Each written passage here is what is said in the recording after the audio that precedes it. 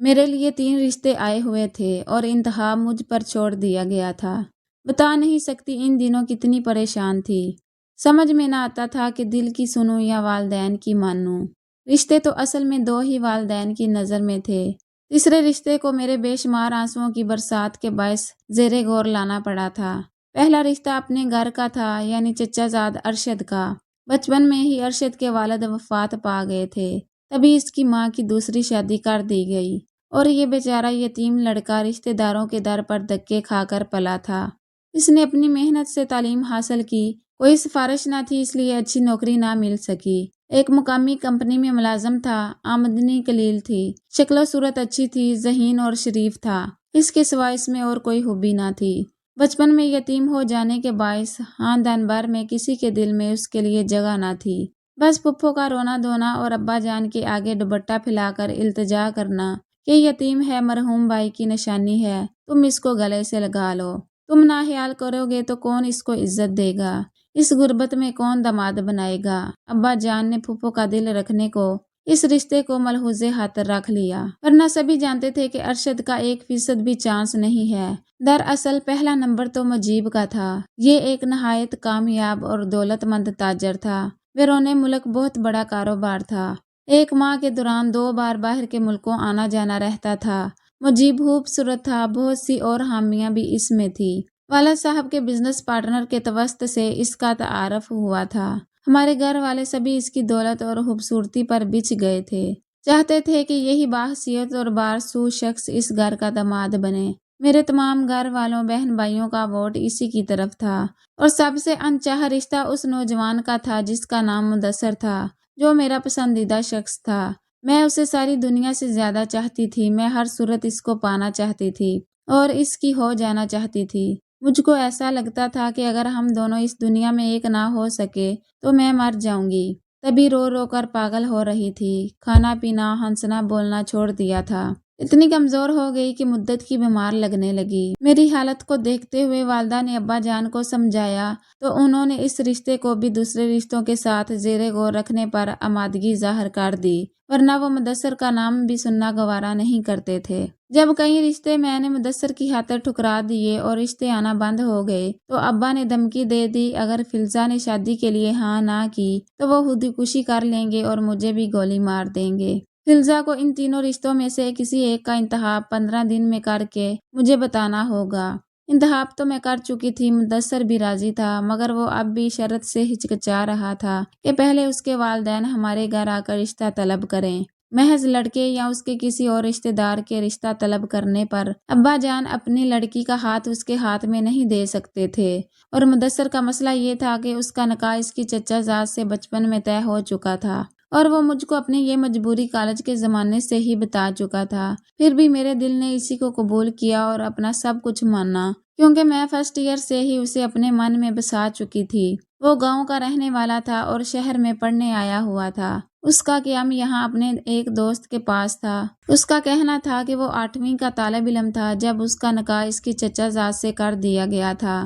وہ اس سے اب شادی نہ کرے گا اور جب اپنے پاؤں پر کھڑا ہو جائے گا تب رخصتی کرا کر لانے کی بجائے اپنی منکوحہ کو طلاق دے دے گا۔ بہرحال کہتے ہیں نا کہ محبت اندھی ہوتی ہے، بس مجھ کو بھی یہ رکاوٹیں محبت کے سمندر میں تنکے کے برابر لگتی تھی۔ پرواہ نہ تھی کہ اس سے شادی ہو گئی تو آگے کیا انجام ہوگا، بس یہی جنون تھا کہ کسی طرح اس کی دلہن بن جاؤں۔ جب والد نے خودکشی کی دھمکی دی تو میں ڈر گئی۔ اپنے مرنے کا اتنا غم نہ تھا، ابو کی زندگی پیاری تھی، اس لیے میں نے کہہ دیا کہ 1 ہفتے سوچنے کا موقع دیں، میں جلد ہی تینوں رشتوں پر سوچ بچار کے بعد کسی ایک کا انتخاب کر کے اپنی مرضی سے آگاہ کر دوں گی۔